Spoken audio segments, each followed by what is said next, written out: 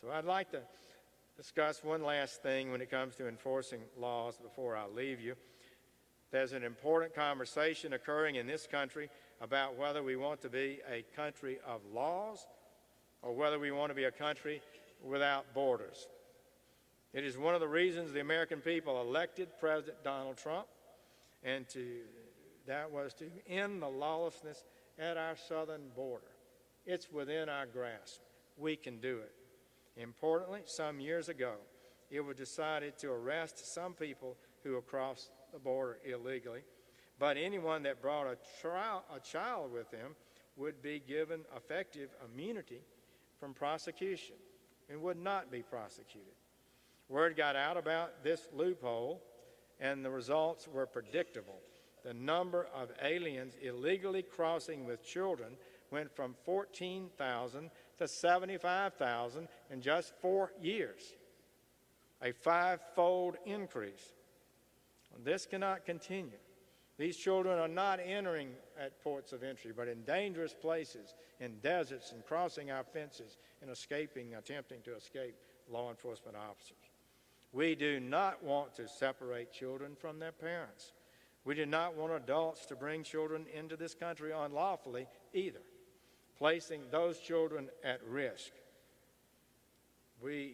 But we do have a policy of prosecuting adults who flout our laws to come here illegally instead of waiting their turn or claiming asylum at any of our ports of entry. They can go to our ports of entry if they want to claim asylum, and they won't be arrested.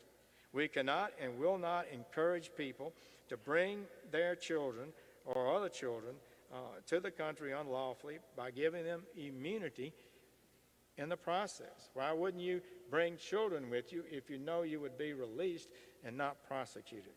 After the policies of the last 8 years, we had hundreds of thousands of unaccompanied minors. These are people, children, young people that came without adults and their parents, coming through our borders, which has led to a resurgence of the violent MS-13 gang terrorizing high schools and even middle schools in Maryland and Long Island. I visited Islip, New York. I met with the parents of the 2 16-year-old girls that were murdered with machetes and baseball bats by MS-13. They told us there was a wing of the school known as the MS-13 wing. They told us even the administrators and teachers were afraid of these people. Most of the children we are caring for today in our system came here as unaccompanied minors. It's a much smaller number that are coming as a result with families, and that's happened and surged recently.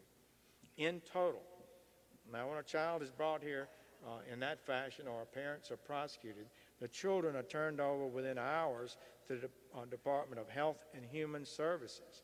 They're not put in jail, of course. They're taken care of. They remain in the country, even though they don't have a lawful process to be here. That's an enormous cost that is being incurred by our government.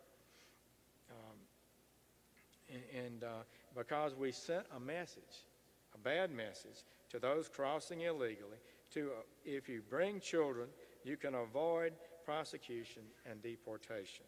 This country is dedicated to caring for those children.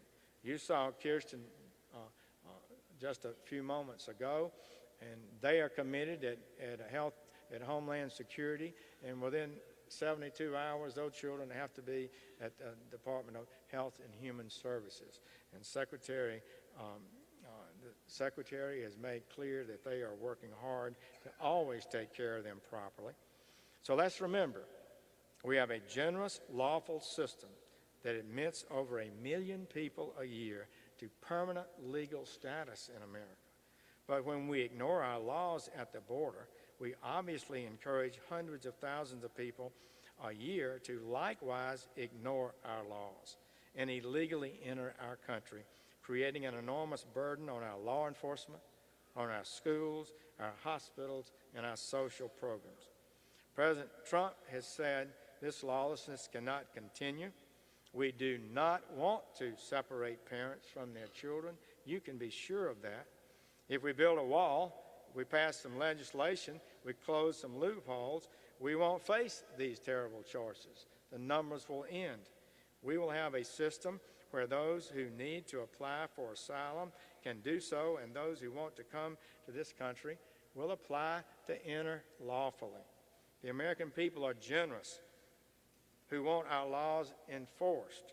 That is what we intend to do, and we ask Congress to be partners in this effort. It is critically important that they help us at this critical time. So thank you again for having me here today.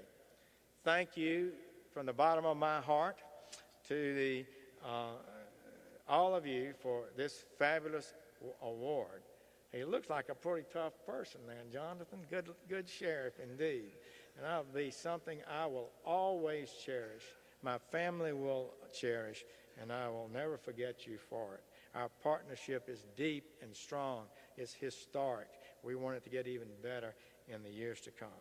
So it's always an honor for me to speak to you, those of you on the front lines of the nation's law enforcement, because you and I know what works.